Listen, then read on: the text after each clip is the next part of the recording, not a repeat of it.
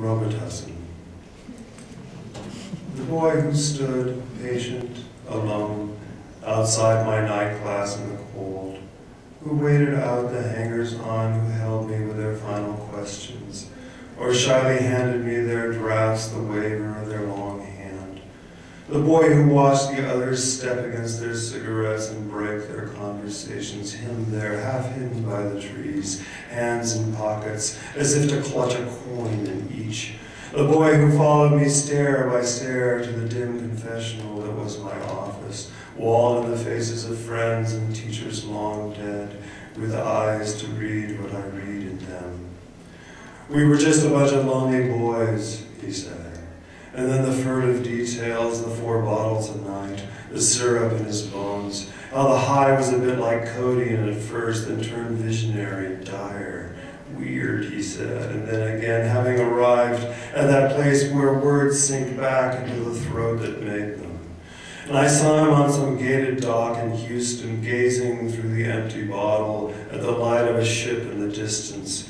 He had that pallor that was half alive, half angelic, and that glass heart of the addict, the sense he saw something in that ship, neither approaching nor drifting off, just a bobbing in the malaise that was the waters of the bay.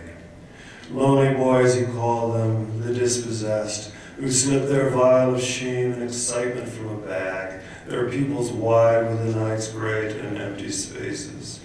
What do you say to a boy whose head bows at land's end that it's true that suffering teaches nothing, not mere suffering, suffering alone, however far it hopes to take you past the sour dumpsters, through the shooting galleries of harbor towns moaning like ships, not the Gulf refineries that puzzle the sky the way the floodlight on their bones guides a vandal through the fences, through eyes that only a child can thread. Some boys are boys forever, staring out at the blank tanker carving forward, sluggish and deep, the rainbow of the engine's water streaming out for miles, not suffering alone, but the long negotiation of days to follow, which is why he was there after all, the boy in my office. Surely there is virtue in the invitation, in the word that hallucinates the child who fell asleep with a ruby of poison by his heart. Imagine the flash of the prow that cuts the mind like bread, that says, "This is my body, come, eat, eat and be whole again. Drink until your feet dangle off the edge of the landing and walk."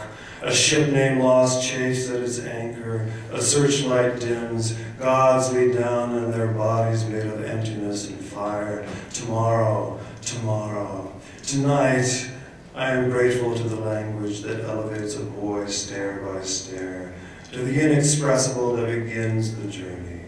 I am grateful to the flesh that dissolves into words, which in turn longs for the flesh once more. The stranger a child curls inward to comfort, to survive, to carry home, to be there in the end.